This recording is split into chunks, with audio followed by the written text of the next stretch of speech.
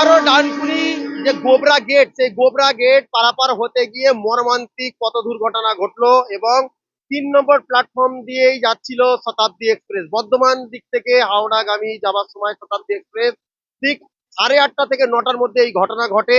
Cycle নিয়ে পারাপার হচ্ছিলেন, 3 নম্বর প্ল্যাটফর্ম থেকে মেরে একেবারে 20 ফুট দূরত্বে ফেলে দেন এবং এই দেখতেই পাচ্ছেন সেই চিত্র আপনাদেরকে দেখাচ্ছি যে সাইকেল দুমড়ে মুচড়ে গুজড়ে পড়ে আছে এবং এই প্ল্যাটফর্মের মধ্যেই বসেছিল একজন হাই মিঠাই বিক্রেতা এবং তাকেও চোট লাগে, তাকে হসপিটালে চিকিৎসার জন্য পাঠানো হয়েছে এবং যে সাইকেল নিয়ে পারাপার হচ্ছিল তা একেবারে পিস পিস হয়ে গেছে একবারে। তো 3 নম্বর প্ল্যাটফর্ম থেকে ছিটকে চলে যায় 20 ফুট দূরত্বে 4র্থ নম্বর প্ল্যাটফর্মে এখনো বডি পড়ে রয়েছে।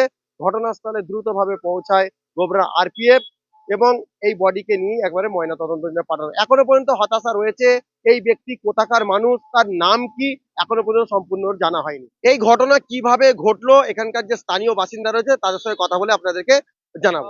15টার কাছাকাছি শতাব্দী এক্সপ্রেস যাচ্ছিল, যখন আমি ওখানে দাঁড়িয়ে ছিলাম, গেটটা পড়েছিল, তখন তখন দেখি হঠাৎ সাইকেলের একটা কিছু মানে একটা আওয়াজ দেয়।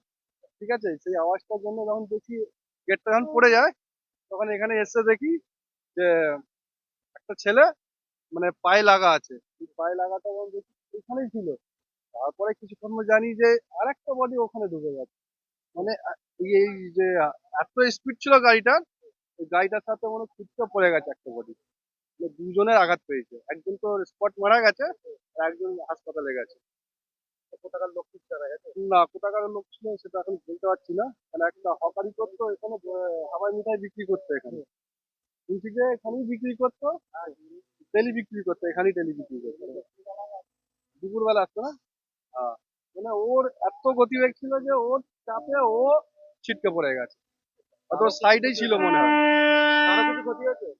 না, কারো পেতে কারো কিছু ক্ষতি হয়নি আগে। আর একটা কাটা পড়েছে? একটা কাটা পড়ে গেছে।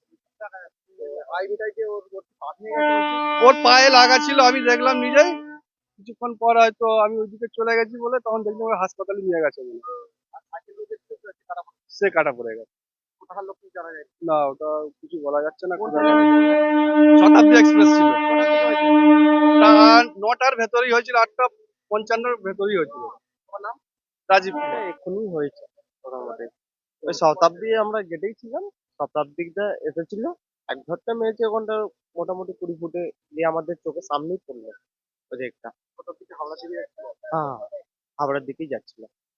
3 নম্বর প্ল্যাটফর্ম থেকে হয়তো নেক্সট 20 ফুট দূরে চলে গেছে। একদম 20 ফুট দূরে চলে গেছে, সাইকেল পুরো ভাঙচুর হয়ে গেছে আমাদের চোখের সামনে। আর লোক কিছু জানা গেছে? না, এমনি তো আমরা কিছু জানি না, আমরা তো যত গেটে দাঁড়িয়ে ছিলাম। এবার পুলিশ তদন্ত করবে কোথাকার লোক ছিল। ঠিক আছে। তো পুরো কেটে গেছে? পুরো বডি পিস পিস হয়ে গেছে, আপনি তো নিজেই দেখেছেন, এদিকটা পুরো ছড়াছড়ি হয়ে আছে। শুনলাম নাকি আরেকটা কবরস্থান করেছে এটা কিন্তু। হ্যাঁ শুনেছি, কিন্তু আমি এখনো দেখিনি ওই জায়গাটা।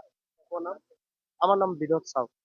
কোথায় এখান থেকে? আমার এখানে সামনেই বাসিন্দা। এই দিনের পর দিন একের পর এক ঘটনা ঘটে চলেছে রেলওয়ের ওপর দিয়ে। রেল লাইন বন্ধ থাকার পরেও মানুষ রাস্তা নিয়ে পারাপার হচ্ছে। সতর্কর বার্তা মানুষকে দীর্ঘদিন ধরে জানানো হচ্ছে যে রেলগেট পড়ে থাকার পরেও যে এই রাস্তা পারাপার মানে জীবনের ঝুঁকি নিয়ে চলছে মানুষ। এই ঘটনা আপনারা এই ঘটনা নিয়ে কি বলবেন অবশ্যই কমেন্ট বক্সে কমেন্ট করবেন। এরকমই সারাদিনের নানা রকমের খবরের আপডেট পেতে চোখ রাখবেন বেঙ্গল টিভি নিউজের পর্দায়। আমি এয়ার মল্লিক, আপনারা দেখছেন বেঙ্গল টিভি নিউজ।